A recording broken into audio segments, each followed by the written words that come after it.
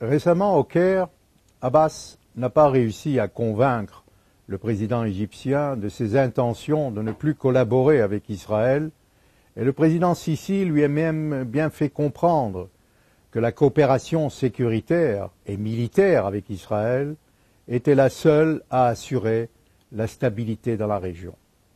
Abbas enrage de constater que le maréchal Sisi est devenu un allié incontournable de l'État juif, qu'il préfère s'appuyer sur Tzahal et ses services dans son combat contre le terrorisme islamique dans le Sinaï, et notamment contre leur connivence avec le Hamas, plutôt que sur, soi-disant, la solidarité arabe.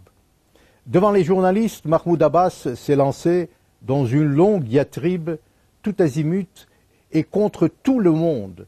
Il a accusé le Hamas de saboter tout accord de réconciliation. Il menace de couper tous ses liens avec le pouvoir à Gaza et boycotter le Hamas par des sanctions paralysantes. Toutefois, soulignons que les studios à Gaza de la télévision palestinienne ont été saccagés et plusieurs centaines de membres du Fatah arrêtés. La guerre donc se poursuit de plus belle entre les frères ennemis et aucune réconciliation n'est donc en vue. Abbas condamne Israël pour la poursuite de la construction dans ses territoires et évoque son désengagement unilatéral des accords d'Oslo. Et d'ailleurs, d'ores et déjà, il décide de dissoudre le Parlement palestinien pour élire une nouvelle chambre des députés de l'État de Palestine, bafouant vulgairement les accords d'Oslo. Soulignons qu'Abbas joue aussi un double jeu.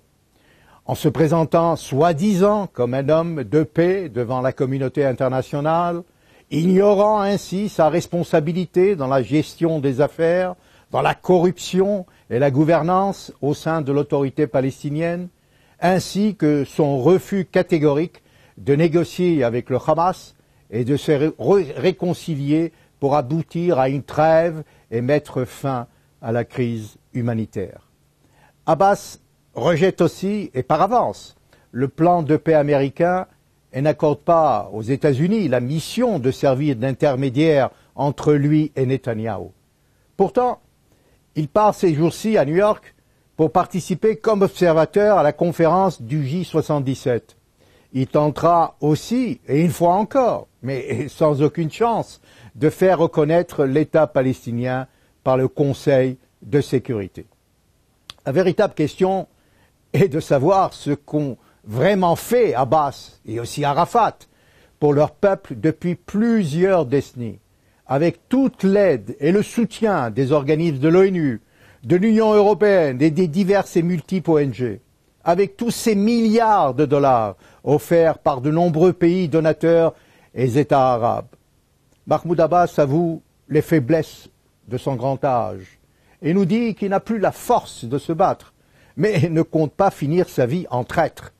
En d'autres termes, il refuse de céder jusqu'à son départ définitif du pouvoir. Il poursuivra son narratif désastreux, coûte que coûte, et se moque éperdument de l'avenir.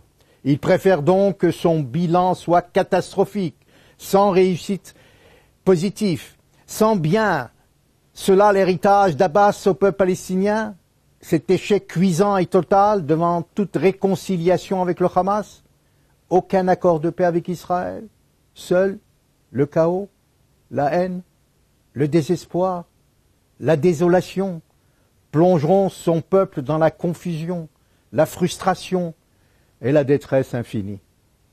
Mahmoud Abbas se berce aussi d'illusions en souhaitant que le gouvernement Netanyahou perde les prochaines élections en visant sur l'alternance, une coalition du centre-gauche qui enfin lui offrira sur un plateau d'argent un État indépendant. Mais Abbas se trompe sur toute la ligne, car la majorité des Israéliens n'est plus dupe. À droite, au centre et à gauche, on a bien compris le manège des dirigeants palestiniens. Ils ne sont guère de vrais partenaires pour une paix sincère et viable. Comment négocier et faire confiance à ce monsieur Abbas devant sa conduite haineuse et ses propos antisémites? C'est clair, il ne changera pas de narratif de son vivant. D'ailleurs, il a lui-même avoué que sa terrible peur est ciblée comme traître à la cause palestinienne.